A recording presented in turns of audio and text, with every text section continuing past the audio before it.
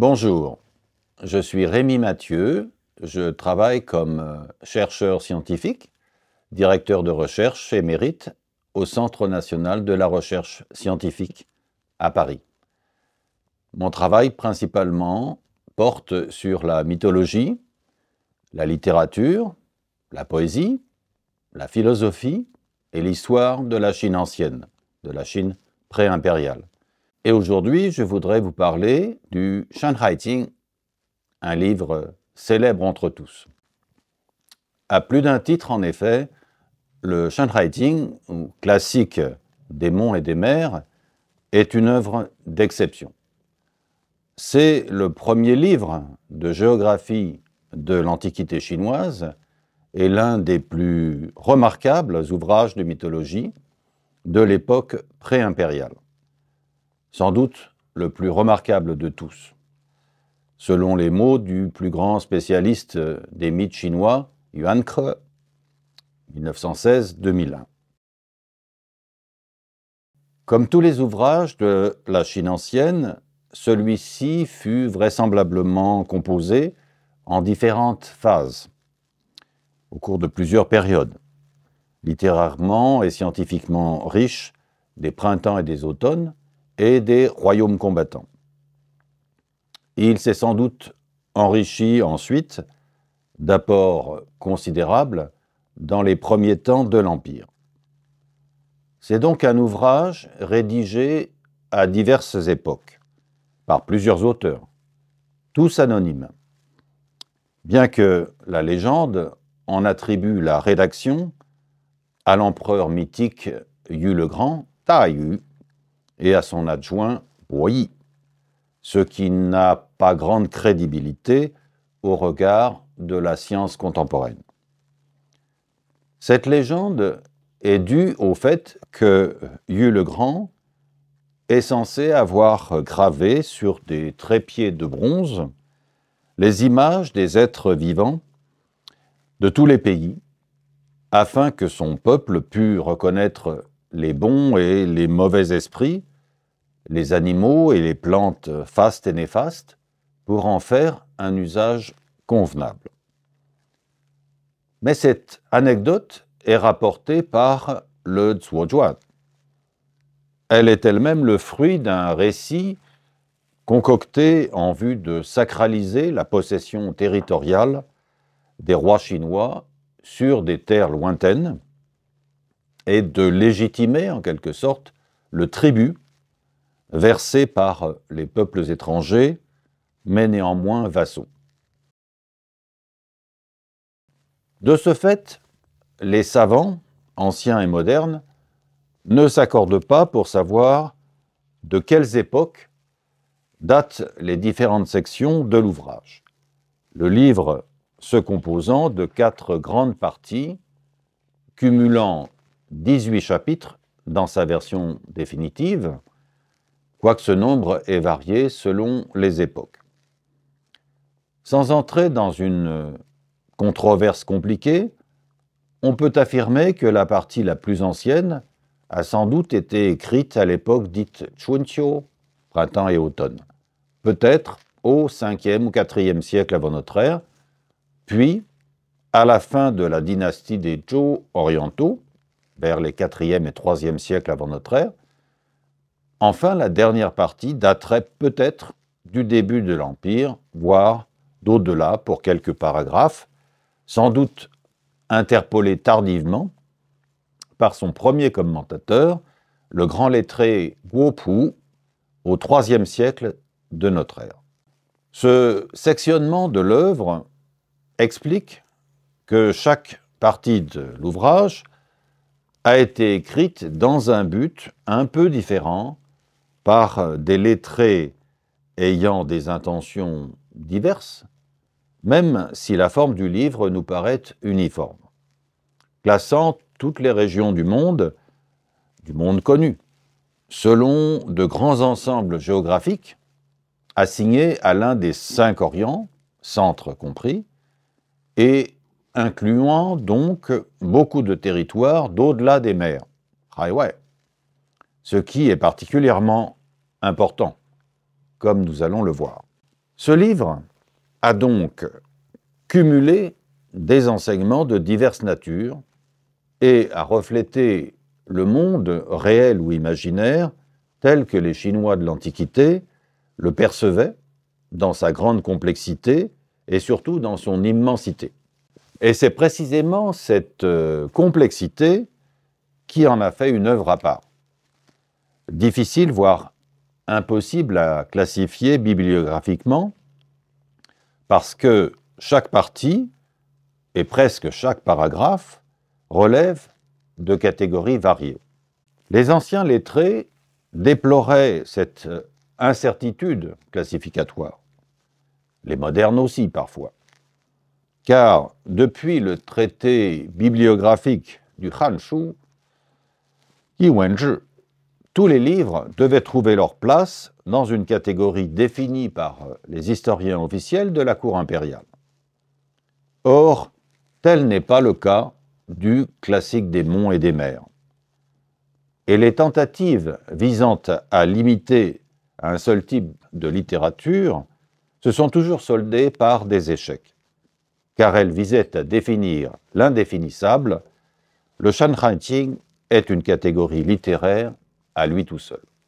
Selon la période dynastique des livres d'histoire officiels qui ont cherché à le classifier, il a été considéré comme un livre de prodige ou bien comme un authentique traité géographique. Premièrement, dans la partie la plus ancienne du Shanhaijing, chapitres 1 à 9, il s'agit assurément d'une géographie descriptive qui couvre un espace vaste comme le monde alors connu. C'est à ce titre qu'il fut indexé comme géographie par les traités bibliographiques du Suishu et par ceux des deux Trangshu, comme par celui des Songshi. Mais cette géographie, même, n'est pas intéressée que par la forme des montagnes, des rivières, des lacs et des forêts. Elle intègre 10 000 choses qui y vivent et fournissent l'alimentation des hommes, comme celle des animaux, et surtout des esprits. À noter que, malgré son titre, le Shanhaijing ne parle presque jamais des mers, mais toujours des montagnes et des cours d'eau. La mer est d'ailleurs une vaste zone presque inconnue des géographes chinois. La seule exception y est une allusion succincte au dieu de la mer, Haishen, au chapitre 14, dont on ne nous dit presque rien, sinon qu'il aurait eu une figure humaine et sans doute un corps d'oiseau. Il y a donc dans cet ouvrage une interaction entre la vie des monts et des eaux et celle des êtres vivants qui y évoluent, y vivent et y meurent. Celle des uns alimentant bien évidemment celle des autres, grâce aux animaux et aux plantes que leur sol contribue à nourrir. L'œuvre n'est donc pas qu'une simple cartographie des territoires.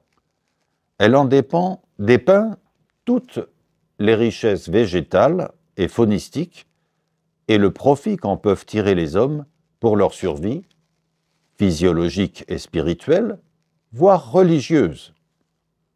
Mais elle est surtout une géographie des paysages, de la nature, sans mention des hommes ni des villes ou villages qu'ils habiteraient. Car, j'y reviendrai dans un instant, le monde terrestre n'est pas peuplé que d'humains. Il l'est aussi par des puissances spirituelles innombrables qu'il convient ainsi d'alimenter pour ne pas risquer leur colère, selon les croyances de la religion chinoise traditionnelle. Il est donc indispensable de connaître leurs noms, leurs formes et les cultes qui leur sont dus, donc les lieux qui conviennent à ces cultes. Car si la géographie naît d'abord des besoins politiques et militaires, elle ne s'y réduit pas. Il est donc possible que le Shanhaijing soit né des nécessités politico-militaires des Zhou orientaux, puis du début de l'empire Qin et Han, lorsque les souverains ont voulu disposer d'une connaissance chiffrée, supposément fiable, de la grandeur du royaume, puis de l'empire, donc de ses richesses exploitables. La Chine connaît très tôt l'art de la cartographie. On trouve dans les tombes des Zhou orientaux des exemplaires de cartes géographiques, puis couramment sous les Han. Mais on peut dire que la science géographique naît avec le Shanhaijing, dans la mesure où cette connaissance, quelle que soit sa fiabilité réelle, s'étend au territoire peu ou encore mal connu de la cour. Elle est ici clairement exploratoire, mais elle est pour la première fois quantifiée, en ce qu'elle précise toujours les distances entre les différents sites, principalement les montagnes, les forêts et les rivières. Ce n'était pas le cas des courts traités connus avant cette période, tels que le Yugong du Shujing, qui ne visait qu'à permettre un contrôle politique et économique par l'entremise du tribut, Gong, versé à la cour. Un contrôle des terres connues et dominé par le pouvoir central, ou simplement vassal, voire barbare. Par ailleurs, les informations géographiques recueillies dans les textes anciens, comme le Shujing ou le Chuanqiu, n'ont rien de systématique et n'ont absolument pas pour fonction de procurer un savoir objectif, ou supposé tel, de la terre chinoise et moins encore des territoires barbares. À ce titre, le Shanhaijing crée un modèle dont s'inspirera le Shuiqingzhu et les œuvres qui lui succéderont dans le domaine de la géographie considérée comme une science. On songe là au Guadizhi au 7e siècle de notre ère. Il se présente en tout cas comme un ouvrage d'une grande fiabilité. L'empereur Ming des Han, Han Mingdi, l'offrit un jour au roi Qing, Jingwang, pour l'aider à entreprendre des travaux hydrauliques dans son royaume. Et même si bien des lettrés mirent en doute son caractère scientifique, donc sa crédibilité, Sima Qian, dans son Shiji, reprend les indications topographiques du Shanhaijing, de même que les commentateurs de son livre.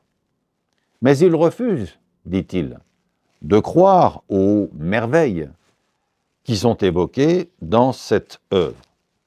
Voyez le chapitre 130 de son Shiji. Pourtant, le Shanhaijing comporte environ 3000 noms de lieux, de tout type, et fournit une somme d'informations très considérable, que Sima Qian eut le tort de négliger, et que le Shuiqingzhu a utilisé en citant sans cesse le Shanhaijing. Tel est donc le premier mérite du Shanhaijing, qui est de procurer une vue d'ensemble des connaissances topographiques et cartographiques de la Chine et des pays voisins, et qui comprend des éléments à la fois descriptifs, nominatifs et augmentés de prescriptions de tous ordres, alimentaires, médicinales, sacrificielles, que nous allons examiner. À ce titre, les informations fournies par le Shanhaijing sont uniques en leur genre, du moins pour cette période de l'histoire chinoise. Deuxièmement, comme on le sait, plus l'œuvre se déploie dans ses nombreux chapitres, plus se développe une perspective narrative du paysage de la nature. Les auteurs considèrent que les espaces ainsi décrits ne sont pas que des lieux physiques, mais qu'ils s'inscrivent dans des récits qui expliquent ou justifient ce qu'ils sont ou ce qu'ils sont devenus. Cette narration est ce que nous appelons à présent un mythe, catégorie non reconnue par l'analyse littéraire chinoise avant l'époque moderne. De ces récits initiaux, il nous reste parfois fort peu de choses. Cependant, ceux qui demeurent nous sont un précieux enseignement de la façon chinoise de penser le monde et d'en expliquer les origines. C'est là, en effet, que réside le second mérite du Shanhaiting, qui nous offre des bribes de récits mythiques, ce qui en suppose une existence bien antérieure à l'époque de la rédaction de ce livre, qui n'en a préservé qu'une mince partie, dont il faut parfois chercher ailleurs l'origine ou la suite de la trame. Car les brefs paragraphes mythiques du livre ne constituent sans doute qu'une bien faible partie d'un ensemble plus vaste, aujourd'hui largement disparu, donc ignoré. Cette fonction mythographique est celle que des grands lettrés, comme Mao Dun ou comme Yuan Ke, reconnurent dans ce livre, le plus remarquable recueil de récits mythiques de la haute époque. La science chinoise moderne des textes doit d'ailleurs beaucoup à ces deux auteurs majeurs. La critique contemporaine s'est enrichie des études de Lu Xun, de Wen Yituo, de Ma Changyi, de Zhong Jingwen, de Liu Zongdi, etc., etc. Ce sont ces auteurs qui ont su dépasser la classification traditionnelle chinoise pour approcher la plus évidente nature de l'œuvre, celle de la mythologie. Car l'exception que constitue le Shanhaiting tient au fait, comme on l'a dit, qu'il est difficile à penser selon les catégories traditionnelles chinoises. C'est en ce sens que les modernes l'ont souvent qualifié de merveilleux ou de fantastique, qishu. C'est qu'il ajoute une dimension imaginaire et narrative à la description du réel géographique. C'est donc là son second mérite, consistant à nous faire connaître des récits qui, pour beaucoup d'entre eux, n'ont pas été rapportés et préservés dans la littérature officielle confucianiste. Toutefois, la grande différence entre le Shanhaiting et les autres ouvrages qui peuvent relever de cette catégorie, c'est que le premier inscrit dans l'espace terrestre, et parfois céleste, la narration de ces récits, quand les autres les décrivent dans l'histoire.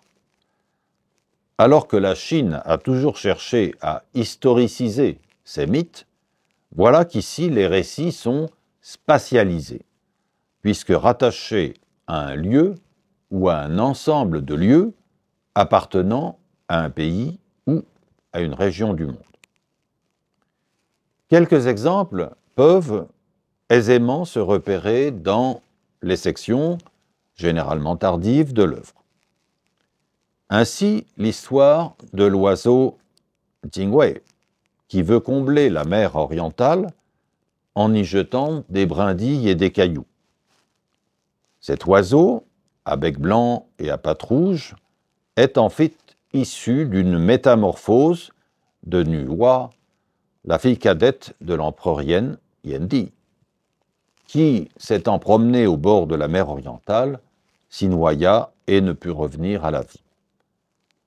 C'est alors, dit-on, qu'elle devint un oiseau Jingwei, qui a pour habitude de combler la mer à l'aide de ses petits cailloux et des brindilles des arbres qu'il va prendre sur les monts occidentaux pour en les jeter dans la mer orientale.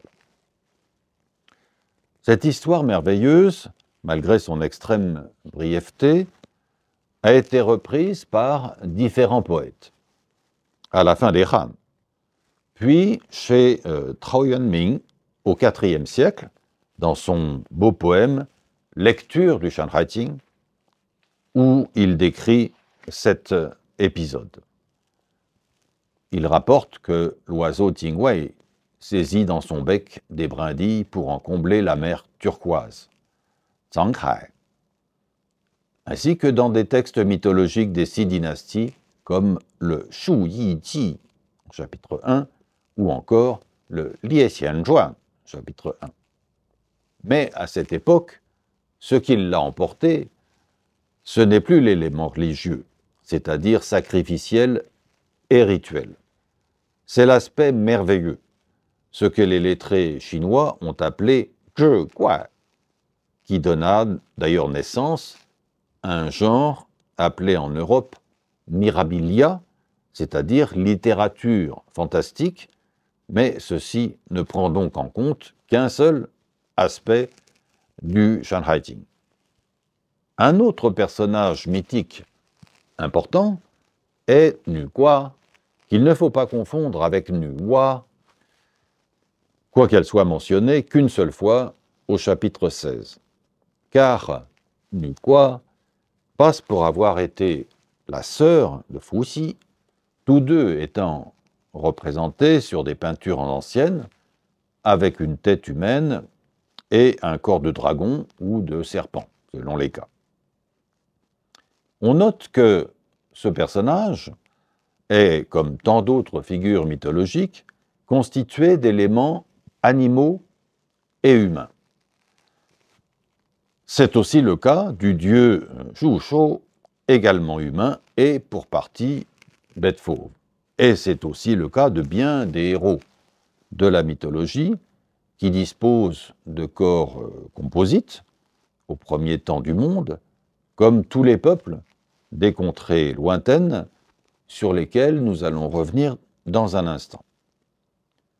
Les viscères de Nuqua se seraient métamorphosés en une dizaine de personnages de nature divine, selon un paragraphe assez énigmatique du Shanhaijing, dont la glose indique qu'en un seul jour, ces viscères, son ventre, se seraient métamorphosés donc 70 fois pour donner naissance à ces personnages divins. À vrai dire, il faut se reporter à d'autres textes, tels que le Liezi ou le Chuzi, pour en apprendre plus sur cette énigmatique Nuqua qui, nous dit-on, sut façonner des hommes avec de la glaise de la terre jaune et, de surcroît, inventa une forme de sitar, Guqin ou Guse. On voit toutefois que le thème de la métamorphose du corps total ou corps partiel, est ici aussi dominant dans ce personnage et dans ce qu'elle crée de ses mains.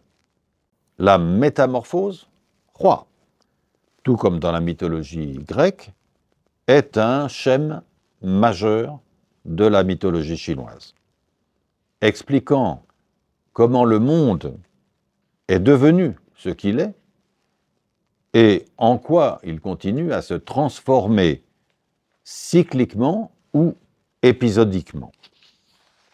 Il s'inscrit bien dans le cadre de la pensée chinoise qui veut que tout se transforme, puisque tout est en devenir, car rien n'est stable en ce monde. Toute chose est susceptible d'en devenir une autre, soit spontanément, soit sous l'effet d'un événement impromptu, généré par le ciel, ou par un esprit, ou pour toute autre raison qui bien souvent nous échappe. Le couple que forme Nuqua avec Fuxi est célèbre, et il semble très ancien. Il est à l'origine de plusieurs mythes de l'Antiquité, dans lesquels ils sont frères et sœurs, ou bien mari et femme, représentant deux forces conjointes et néanmoins opposées, comme le sont le mâle et la femelle, le yin et le yang, unissant leurs compétences respectives pour créer ou bien pour agir sur des phénomènes naturels. Le Shanhaijing rapporte que Kruafu, le hâbleur, qui crut pouvoir courir aussi vite que le soleil, mourut de soif sans pouvoir s'abreuver suffisamment dans le fleuve Jaune et dans la rivière Wei, comme dans le Grand Lac au nord du pays. Une glose prétend même que cette région septentrionale ne se situait pas en Chine, mais au nord de la Chine. Et que son bâton, planté dans le sol, s'y développa pour former la forêt de Tanglin, qui est une forêt de pêcher sur laquelle il y aurait encore bien des choses à dire, car celle-ci se rattache à d'autres thématiques qu'on ne peut développer ici, comme un lieu de pâturage pour les bovins, par exemple. Ce récit mythique est bien connu et très célèbre grâce au Shanhai Jing. Kua Fu est en effet une figure fameuse du fanfaron, du vantard, qui trouve la mort par manque de lucidité sur ses capacités, et qu'on retrouve aussi chez Liezi. Sans doute cette courte narration a-t-elle pu prendre naissance dans un pays de sécheresse où quelques sites arrosés pouvaient accueillir des plantations d'arbres fruitiers dont témoignerait la métamorphose du bâton de Kua Fu en bois de pêcher. D'autres versions de ce mythe assurent que c'est son corps mort qui se métamorphose alors. Il est parfois représenté piétinant des serpents et orné de boucles d'oreilles en forme de serpent. Le personnage fameux de Xi Wangmu est aussi très intéressant, mais également bien plus complexe. C'est une figure qui a été en quelque sorte récupérée par la suite par les penseurs taoïstes qui en ont fait une divinité occidentale, régnant à la fois sur la mort mais aussi sur l'immortalité, grâce à sa drogue et à ses célèbres pêches qui rendent immortels. Mais il n'est pas certain qu'elle ait appartenu originellement à cette école de pensée. Peut-être faisait-elle partie d'un ensemble de divinités en charge d'un des côtés du monde, avec les dieux de l'Orient, liés au soleil, ceux du nord et du sud. Elle règne censément sur l'Occident, qui est symboliquement lié à la mort, d'où son rapport à la mortalité des hommes et des choses, et plus tard, on l'a dit, à l'immortalité. Mais ce dernier point n'apparaît toutefois pas dans le Shanhai Jing et ne semble attester que bien plus tardivement, surtout dans la littérature taoïste. Sa présence dans le Shanhai Jing, comme dans le Mu Tianzi Chua, semble prouver qu'elle n'était pas marquée idéologiquement avant le IVe siècle avant notre ère comme divinité supposément taoïste. Elle est elle aussi un personnage mythique féminin dont le corps est composé pour moitié d'éléments humains et d'une partie animale. Elle est en effet dite ressembler à un être humain, mais avoir des dents de tigre, une queue de léopard et arborer sur sa tête une forme de huppe d'oiseau. Elle vit dans une grotte dans les monts Kunlun, est appuyée sur un bâton, serait-elle donc une vieille femme? Et elle y est nourrie par 3 oiseaux bleus ou par des corbeaux à 3 pattes, Sanzu ou Sanzu Niao, selon les auteurs, et elle passe aussi pour maître des calamités et des châtiments célestes. On note que les corbeaux sont des oiseaux charognards, se nourrissant donc de bêtes mortes, et que Xi Wangmu est en charge des punitions mortelles. Dans la mythologie taoïste, comme je l'ai indiqué, elle sera considérée à la fois comme une déesse mortifère et comme maîtrisant l'immortalité par ses recettes. Par la suite, les penseurs taoïstes ont affirmé qu'elle aurait confié cette drogue d'immortalité à l'archer Yi. Mais la femme de l'archer Yi, Chang'e la déroba à son mari et s'enfuit dans la lune où elle se trouve toujours, comme on sait, et comme le rapporte le Huainanzi. On n'en dira pas plus sur la présence de Xi Wangmu dans le Shanhaijing, mais c'en est l'une des apparitions les plus anciennes dans toute la littérature. On en trouve d'autres mentions dans les ouvrages du IVe et IIIe siècle avant notre ère, comme le Zhuangzi, le Liezi, et jusqu'au début de l'Empire chez Huainanzi, et même chez Sima Xiangru, au IIe siècle avant notre ère, sous les premiers Han. On voit cependant que le thème de l'immortalité apparaît bien dans le Shanhaijing, en particulier dans l'aspiration à l'obtenir à l'aide d'une drogue qui permettrait de ne pas mourir.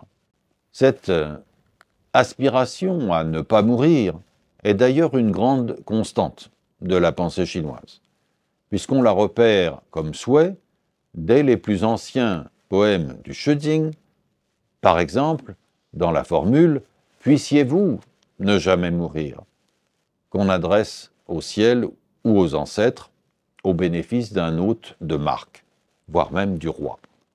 Le Shiji rapporte d'ailleurs que, dès le IVe siècle avant notre ère, on se préoccupa de rechercher la drogue d'immortalité dans les îles censément peuplées d'immortels, au large de Pranglai, une île montagneuse que le Shanhaijing affirme se situer au milieu de la mer Bohai, et la glose indique que le palais qui s'y trouve est entièrement fait d'or et de jade, et qu'il est peuplé d'immortels. Tous les animaux et les oiseaux qui s'y trouvent sont tout blancs, citant la glose de Guopu et le Liezi. Voilà ce qu'on peut dire donc de Xi Wangmu dans le Shanhaijing. La lecture du Shanhaijing montre qu'il fut vraisemblablement fabriqué à partir de nombreux récits mythiques épars, pour beaucoup perdus ou supprimés, surtout par la critique confucianiste, autant de récits d'origines très diverses, géographiquement et historiquement parlant. C'est le cas bien connu, par ailleurs, de Yu le Grand, Ta Yu, maître incontesté du paysage chinois, qui a su canaliser les eaux des rivières débordées, dont nous parle évidemment le Shanhaijing à de nombreuses reprises, toujours à propos de l'aménagement du monde qu'il sut accomplir à la force de ses bras. On a noté que bon nombre de ces héros, négatifs ou positifs, sont très proches du règne animal, par le corps ou par l'esprit. C'est qu'en effet, les animaux occupent dans ces récits mythiques une place importante. Dans les mythes, comme dans la réalité de la faune décrite, les quadrupèdes sont majoritaires et surtout les singes. Les insectes sont presque absents de ces images de paysages et des descriptions mythiques. Je prendrai quelques illustrations dans les récits ayant trait aux animaux qui ont une si grande importance dans les mythes chinois, donc dans le Shanhaijing en particulier. C'est par exemple le cas du corbeau, un animal sauvage qui occupe une place à part dans le bestiaire mythologique de la Chine ancienne. Le corbeau à 3 pattes ou à 3 griffes, Sanzu, est en effet un oiseau solaire, puisqu'il se tient au centre du soleil et le symbolise dans toute la poésie ancienne, voire jusqu'à nos jours. Il est évoqué dans le chapitre 14 du Shanhaijing, dans un passage succinctement consacré à la marche du soleil, lequel, sorti de l'océan, se pose sur un mûrier et contient en son centre un corbeau. Dès lors qu'il a disparu derrière l'horizon, un autre soleil apparaît à son tour, contenant lui aussi un autre corbeau en son centre. Cette image, on a envie de dire plutôt ce film, se déroule donc avant que le célèbre archer Yi n'ait abattu de ses flèches 9 de ces 10 soleils qui s'étaient levés en même temps et avaient brûlé la terre, dont une femme nommée Nucho, qui avait tenté de se défendre contre ces brûlures solaires en s'en protégeant avec la manche de sa robe. On voit donc que grâce au Shanhaijing, la Chine a connu un mythe d'inondation générale de la Terre combattu par Yu le Grand, mais aussi un mythe d'incendie total de la Terre combattu par l'archer Yi, grâce à ses flèches qui transperçaient les fameux corbeaux porteurs des soleils multiples et dont les plumes, dit-on, se répandirent çà et là sur le sol. Voilà encore des mythes qui s'entremêlent dans le récit succinct qu'en propose le Shanhaijing. On sait qu'un autre oiseau noir, sans doute une hirondelle, fut à l'origine de la race des Shangyin, dont un œuf est dit à l'origine de la grossesse de la mère de leur ancêtre. Mais ce mythe fondateur des Shang n'est pas connu du texte du Shanhaijing, alors qu'il est présent dans le Shijing. Le Shanhaijing est donc un livre tout à fait exceptionnel, mais mythologiquement, il n'est pas isolé dans la littérature ancienne. Une étude minutieuse de son contenu, commencée par les plus anciens commentateurs comme Guo Pu, dont j'ai parlé, montre que l'œuvre s'inscrit dans un contexte qui reconnaît, quoique implicitement, le récit mythologique comme partie intégrante de la connaissance de l'histoire et de la géographie du monde. En effet, contrairement à la pensée grecque, qui distingue le mythe de l'ordre de la croyance et la logique de l'ordre de la raison, la pensée chinoise n'établit pas de frontières nettes entre eux. Même si certains grands lettrés, comme Sima Qian, émettent des doutes quant à la véracité des récits ainsi rapportés, auxquels ils disent ne pas accorder foi, ne pas faire confiance. Il est en effet aisé de trouver des parallèles entre les courtes narrations de cet ouvrage et celles de quelques grands textes classiques, comme le Lü Shi Chunqiu ou le Chu Ci, en particulier dans son chapitre Tianwen, voire des auteurs taoïstes déjà cités comme Zhuangzi, Liezi et surtout Huainanzi sous les Han. C'est d'ailleurs l'une des raisons pour lesquelles ce classique fut parfois rangé, à tort, parmi les ouvrages taoïstes, ce qu'il n'est en aucune manière. Voyez cependant le Tao Zhang.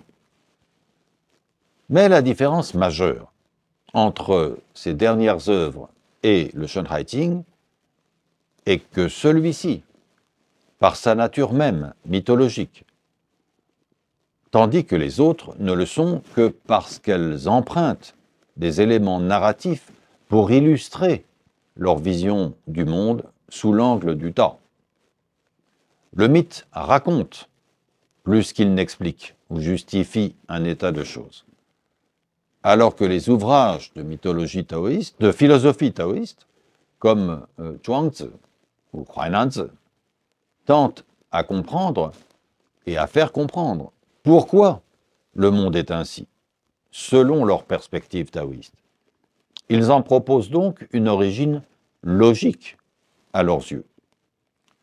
Seule l'école taoïste admet en effet que la connaissance du monde et des choses ne se limite pas à un savoir intellectuel, mais qu'elle suppose une communion avec les êtres vivants qui composent le monde, en particulier les animaux, les plantes, avec lesquels nous formons un grand tout, une unité insécable.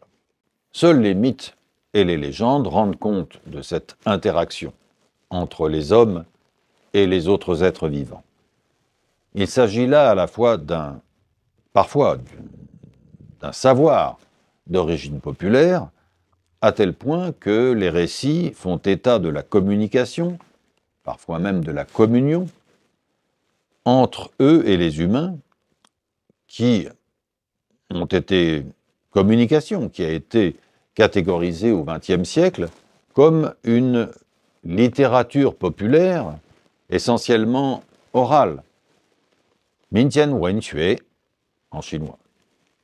Ce qui n'est pas faux, mais qui ne rend pas compte de la volonté de construire une logique du monde qui existe dans le mythe.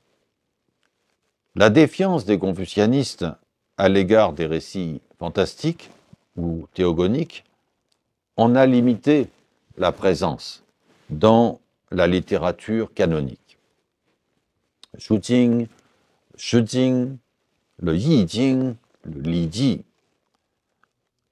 cette présence a été limitée à la part minimale requise pour assurer le prestige des familles royales régnant sous les Shang et surtout sous les Zhou, comme on le voit dans certains récits des Xiaoya et Daya, voire dans les Song du Shijing.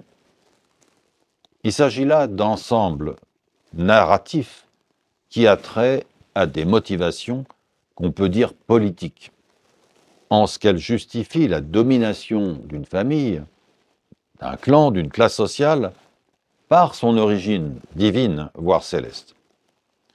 Ce refus de tout récit perçu comme fantastique explique le rejet par la classe lettrée de ce qui ne lui apparaissait pas comme une vraie connaissance de l'intelligence, mais comme un propos décousu, peu crédible, un xiaoshuo, comme dit Zhuangzi. Le catalogue général de la collection complète des ouvrages réunis en 4 recueils, en chinois Si Ku Quan Shu Zong Mu Ti Yao, l'a d'ailleurs défini comme étant le plus ancien ouvrage de récit, xiaoshuo, ce qui peut sembler étrange, dans la mesure où les récits n'y occupent qu'une place très modeste par rapport aux larges descriptions géographiques. Il en va bien autrement dans la mythologie populaire, étroitement liée à la religion du peuple des campagnes, au contact avec les êtres de la nature et dont on trouve tant d'éléments dans le Shanhaiti. J'en viens à présent au troisième mérite du Shanhaiti, qui est d'offrir un panorama très complet, des offrandes et des sacrifices à présenter aux innombrables esprits qui peuplent tous les sites des pays traversés et décrits.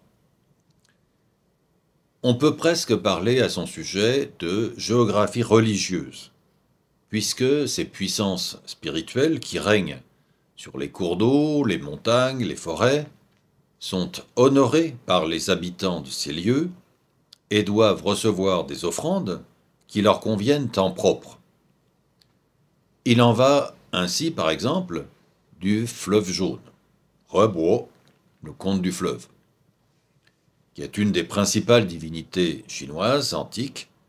Comme beaucoup d'esprits des eaux, il s'agit là d'un personnage qui s'est noyé dans le fleuve et en est devenu le dieu sous diverses appellations, dont Bingyi, décrit avec une face humaine et parfois un corps de poisson, est monté dans un char tracté par des dragons.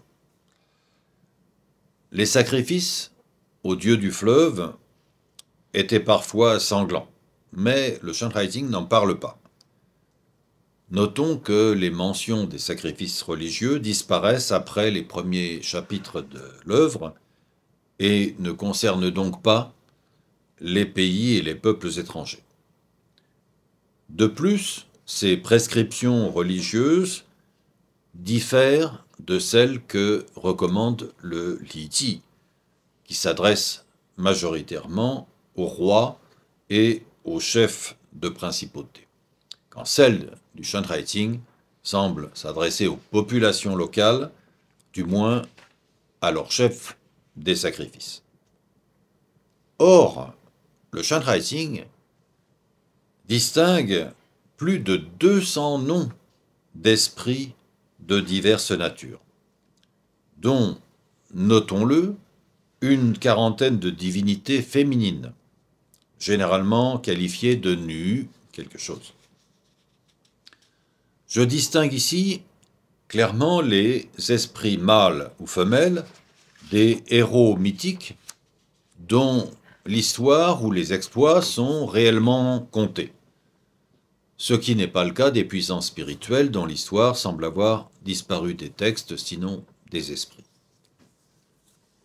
On a parfois cru, comme Lu Xun, en son temps, que ce livre était une sorte de manuel à l'usage des chamans Wushu qui cherchaient, dans la communication avec le monde des plantes et des animaux, un moyen pour soigner le monde des hommes.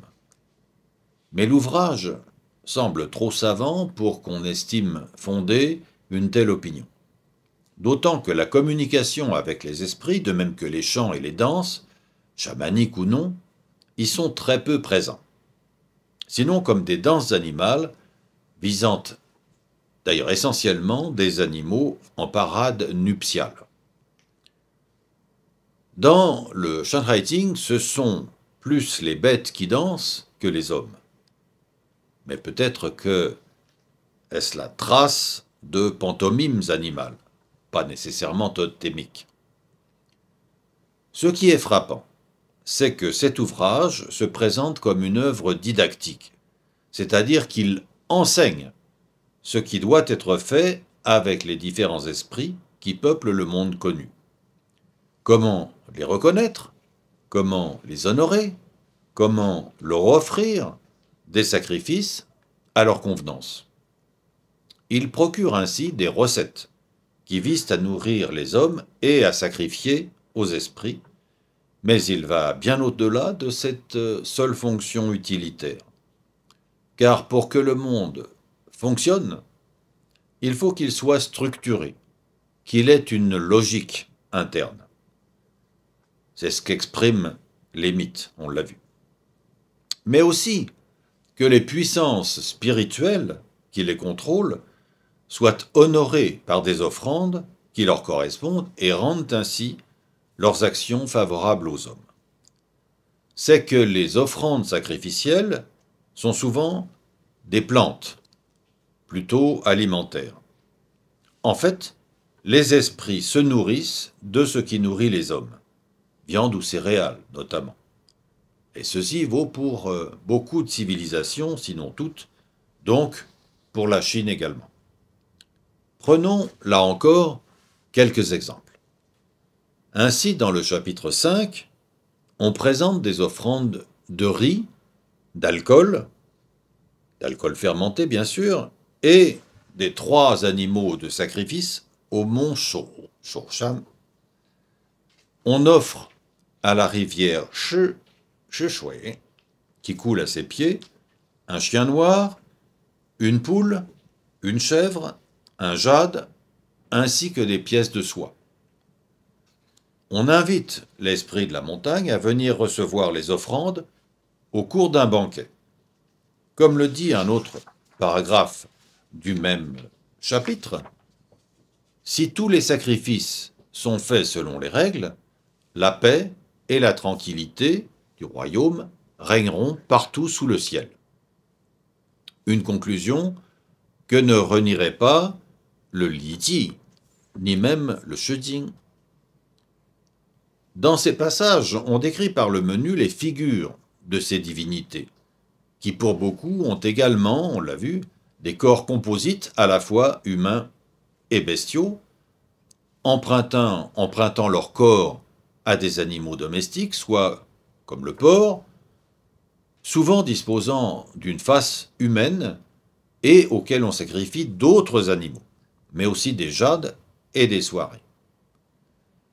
On voit donc qu'il y a une même logique dans la formation des personnages des esprits auxquels on sacrifie et des personnages qui forment la majeure partie des figures mythiques dont on a peint tout à l'heure quelques images. Beaucoup de ces plantes et de ces animaux, sacrifiés aux esprits, ont aussi pour vertu de servir aux hommes de remède, de médicaments, à de nombreuses maladies qui évoquent longuement le Shanhaiting. Ceci illustre la diversité, la richesse de la médecine populaire par les plantes aux temps anciens, telle qu'elle existait dans les grands traités médicaux et botaniques qu'ont été les Benzao, ou encore le Huangdi Neijing.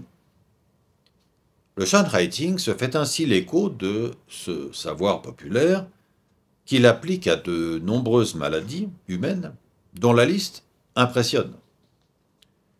Il démontre ainsi que la science botanique permet de sacrifier aux esprits et dans le même temps, ou presque, de guérir les hommes de multiples maladies qui peuvent les affecter physiquement et même moralement.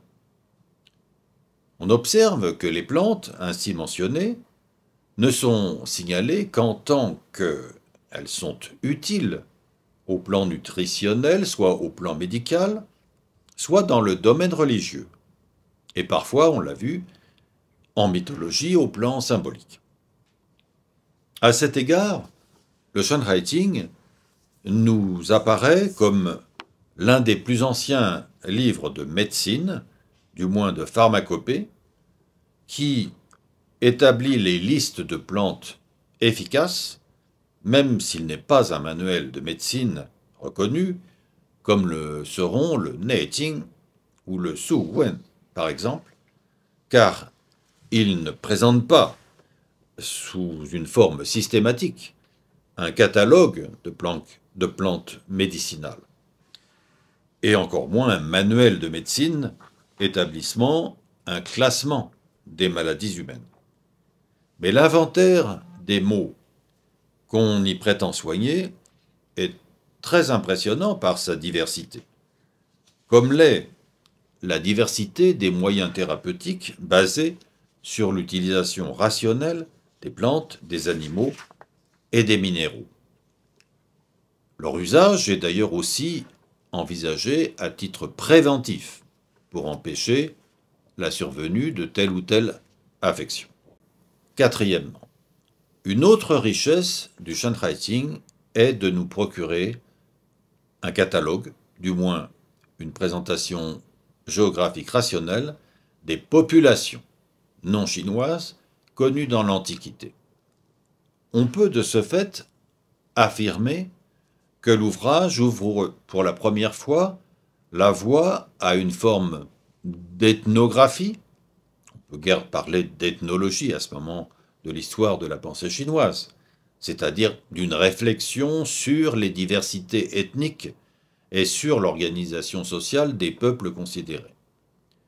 Mais c'est encore un autre mérite de l'œuvre de nous permettre de faire la connaissance avec ces peuples étranges qui habitaient les confins du royaume de Chine, et sans doute avant que l'Empire n'étende sa puissance bien loin au sud et à l'ouest du territoire originel des Zhou, suite aux guerres de conquête des Han.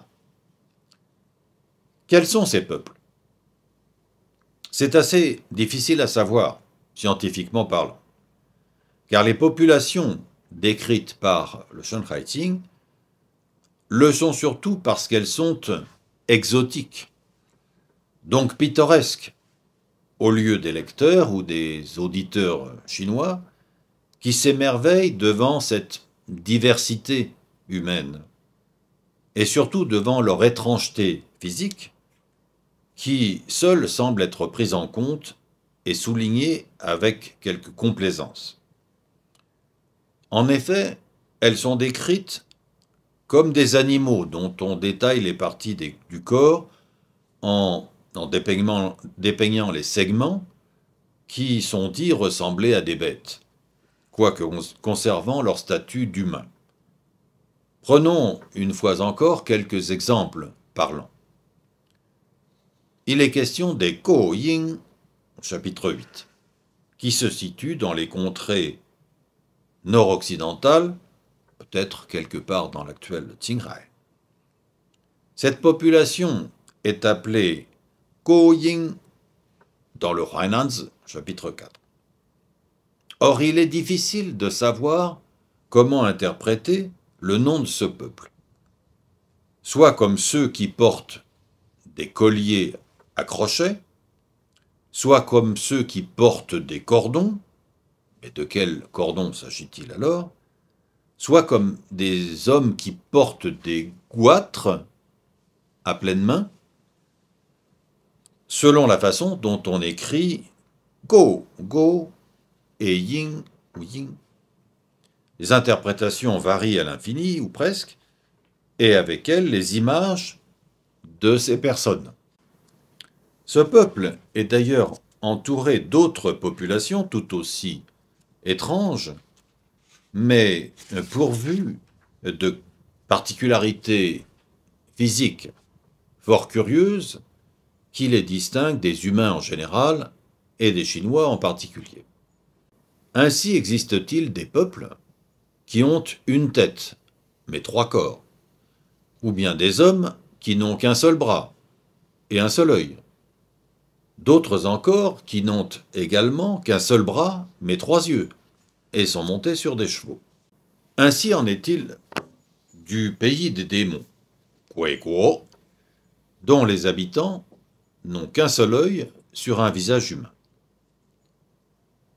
Il ne fait guère de doute que ces descriptions qui les présentent sont basées sur des rencontres avec des populations lointaines ayant adopté différents types vestimentaires ou différents modes de vie. On songe ici à l'Inde et à ses divinités à corps et à bras multiples.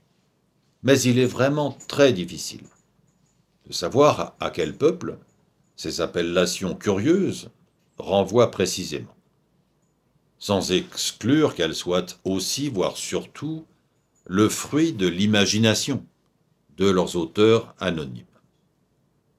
Elles évoquent pour les Européens tous les peuples découverts par les explorateurs des Amériques au XVe et XVIe siècle, qui étaient décrits et peints dans un état d'esprit voisin de celui-ci. Il s'agissait de donner à penser que ces peuples n'avaient pas vraiment le statut d'humains et qu'ils pouvaient de ce fait être traités comme autant d'animaux, c'est-à-dire maltraités, voire même réduits en esclavage. Notons encore un bien curieux royaume des femmes, Nüzi Guo, connu par ailleurs du Huainanzi, et qui ne serait peuplé que de femmes qui se reproduiraient d'elles-mêmes entre elles. Elles vivraient néanmoins en couple et entourées d'eau, formant ainsi des communautés villageoises. Il est par ailleurs encore question de géants, ou de gens à tête de porc, ou de barbares zhong, qui sont appelés zhong-chiens. Chiens parce qu'ils ressemblent à des chiens, ou parce qu'ils rendent un culte à un dieu qui aurait un corps de chien, une face humaine. La liste de ces populations, mi-humaines, mi-animales, est ici fort longue. Et l'on y trouve des peuples dont on repère aujourd'hui encore la trace, comme les hommes aux dents noires. On sait que les ethnies de l'Asie du Sud se noircissent les dents, comme le faisaient les Japonais il y a encore peu de temps.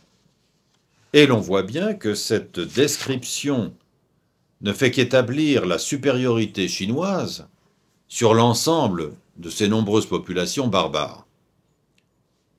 Ces peuples sont non seulement envisagés en tant que pays tributaires, apportant des matières précieuses ou des objets de valeur à la cour de Chine. Le Shanhaixing en procure des descriptions qui peuvent apparaître comme fantastiques et qui ont bien sûr été presque toujours interprétées comme merveilleuses, plutôt que comme réalistes. En fait, les auteurs se servent d'éléments connus pour décrire l'inconnu. Car l'ambition du Shanwriting n'est pas tant d'apporter une perspective ethnographique à la question que posent à l'esprit des anciens Chinois les peuples non-Han. Si ethnographique il y a, c'est involontairement.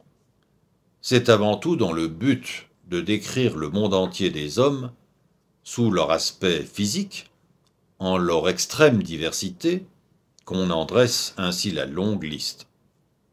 C'est donc là le quatrième mérite du Shanwriting, qui nous offre un panorama unique des peuples de l'Antiquité chinoise, ce qui ne se verra pas avant les chapitres consacrés aux pays lointains figurant dans les premières histoires dynastiques, telles le Shiji, Hanshu, Hohanshu. Enfin, venons-en à ce qui fit le succès du Shanwriting.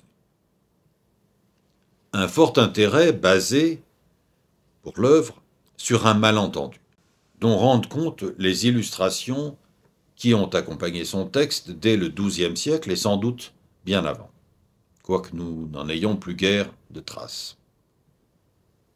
Les images, qui sont autant de représentations de ces divinités, comme de ces peuples, sont donc peut-être anciennes. Trao Yuanming et Guo Pu en témoignent, Yuan Ke le confirme. Mais celles qui nous sont encore accessibles ne datent guère que des Song, des Ming et surtout des Qing. Et elles ont été fortement agrémentées d'éléments décoratifs, sans doute tout à fait ignorés à l'origine. Car, on l'a dit, rien ne permet de confirmer que la partie ancienne de l'œuvre fut originellement agrémentée d'illustrations. Les supports antérieurs à l'invention du papier ne le permettaient tout simplement pas. Les textes étant écrits sur des lamelles de bambou très étroites, seules subsistaient les peintures sur soie, dont la plupart sont aujourd'hui détruites, sauf à de très rares exceptions. À cet égard, il est certain que les images tardives que nous connaissons des personnages, des divinités, des peuples du Shanwriting doivent plus à l'imagination de leurs auteurs qu'au texte originel. Le pittoresque, voire le fantastique y domine, perdant ainsi la valeur informative initiale. C'est ce dont témoignent les images des recueils qui accompagnent mon propos. Il est regrettable qu'on ait principalement retenu cet aspect merveilleux de l'œuvre sans prendre en compte son intérêt réellement informatif. Or, ces merveilles qu'il dépeint ne constituent qu'un élément de l'attrait qu'exerce sur ses lecteurs ce livre majeur et incomparable de l'Antiquité. C'est cet aspect qui a inspiré bien des artistes, poètes ou peintres en Chine, y compris jusqu'à l'époque contemporaine. En conclusion, je voudrais souligner que le Shanwriting n'a pas donné naissance à un genre littéraire, car sa spécificité n'a pas permis d'imaginer une nouvelle typologie à partir de son seul cas. Nous savons à présent, mais seulement depuis l'époque moderne, qu'il est le fondateur d'une forme d'appréhension du monde, qui ne relève pas de la philosophie, et moins encore de la morale, mais plus d'une rationalisation des espaces, qui répond à une logique classificatoire, typiquement chinoise. Après tout, Yu le Grand n'a-t-il pas été le premier à considérer que l'espace terrestre devait être connu et aménagé pour que les hommes y puissent habiter, y vivre et y honorer tous les esprits? Les trois étages du monde, l'homme, la terre, le ciel, peuvent ne pas toujours sembler correspondre à une organisation telle que les hommes la conçoivent pour leur usage propre. Cependant, ce monde est logique, c'est-à-dire cohérent, puisqu'on voit qu'il fonctionne. Les récits mythiques aident à le comprendre, à admettre l'état des choses et leurs origines, grâce à des narrations qui, contrairement au raisonnement de la pensée savante, emportent l'adhésion du lecteur ou de l'auditeur sans besoin de justification. Comme on l'a dit, ces récits procurent toujours une logique causale, qui fait peu de cas du réalisme. Le pouvoir des esprits consiste justement à agir en se dispensant souvent du réel et de la raison humaine. Cette pensée précède la raison philosophique des anciennes écoles de pensée. Si bon nombre de courts récits du Shanwriting ont été repris sous une forme ou sous une autre par de grands penseurs, pour beaucoup taoïstes, tels que Zhuangzi, Liezi, Huainanzi, puis Dongfang Shuo et son Shizhuoji, Liu Xiang et son Lie Xianshuan, Zhang Hua et son Bouzhi, Ge Hong et son Baobuzi, Gan Bao et son Su Shenji, Shen Fang et son Shu Yiji, etc., mais aussi par des poètes comme Zhuangzi ou Trao Yuanming, comme on l'a vu, c'est qu'ils ont fourni une vision du monde en accord avec l'esprit de leur temps, avec ses croyances et ses dieux. La croyance dans le mythe est le fondement de sa force persuasive. On peut dire qu'il est le ciment qui détermine le degré d'adhésion de la société à ses narrations fondatrices. Quand une société vient à douter de ses propres récits originels, elle doute d'elle-même. Elle rentre dans une phase de scepticisme qui ébranle les certitudes de ses propres origines. En Chine, la période de la fin des Han et des 6 dynasties est à la fois caractérisée par une grande production de récits fantastiques, les biographies d'immortels et d'esprits foisonnent, et celle d'une remise en cause des certitudes de l'Antiquité. Wang Chong, au 1er siècle de notre ère, a voulu mettre en doute les croyances de son temps. Mais les époques qui ont suivi ont généré, grâce au bouddhisme et au taoïsme religieux, de nombreuses formes mythologiques qui ont forgé un nouvel imaginaire tellement foisonnant. J'ai indiqué que le Shanwriting n'avait pas donné naissance à un type spécifique de littérature. De surcroît, il ne se rattache à aucune idéologie connue sous les royaumes combattants. Il n'est donc le porte-parole d'aucune école de pensée pré-impériale. Ce n'est pas tout à fait exact, dans la mesure où la géographie physique et économique s'est développée à partir des Han, pour des nécessités politiques évidentes. Les empereurs avaient besoin de savoir quelles étaient les dimensions et les richesses de leur territoire, et de ceux qu'ils envisageaient de conquérir et de soumettre.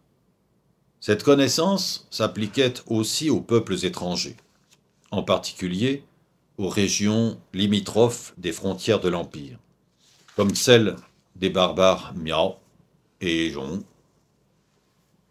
À la même époque, comme je l'ai mentionné, se développe par ailleurs une littérature fantastique, qui représente l'autre versant de la compréhension du monde. Après tout, peindre les mystères du monde, c'est, à certains égards, s'en emparer, à défaut de les maîtriser. Le Shanwriting avait la vertu de regrouper ces deux types de récits, à la fois réalistes et fantastiques, et quelques autres types d'enquêtes sur le monde d'alors, ainsi que je viens de le rappeler. L'analyse multidimensionnelle du Shanwriting doit être à la hauteur de nombreux domaines que cette œuvre nous donne à comprendre des connaissances et des croyances anciennes. Sa prodigieuse richesse touche à tous les secteurs de la science et de la croyance, dont est porteur ce grand livre de l'ancienne Chine, qu'on ne doit pas cesser de relire pour les plaisirs et les savoirs qu'il nous procure. Je vous remercie.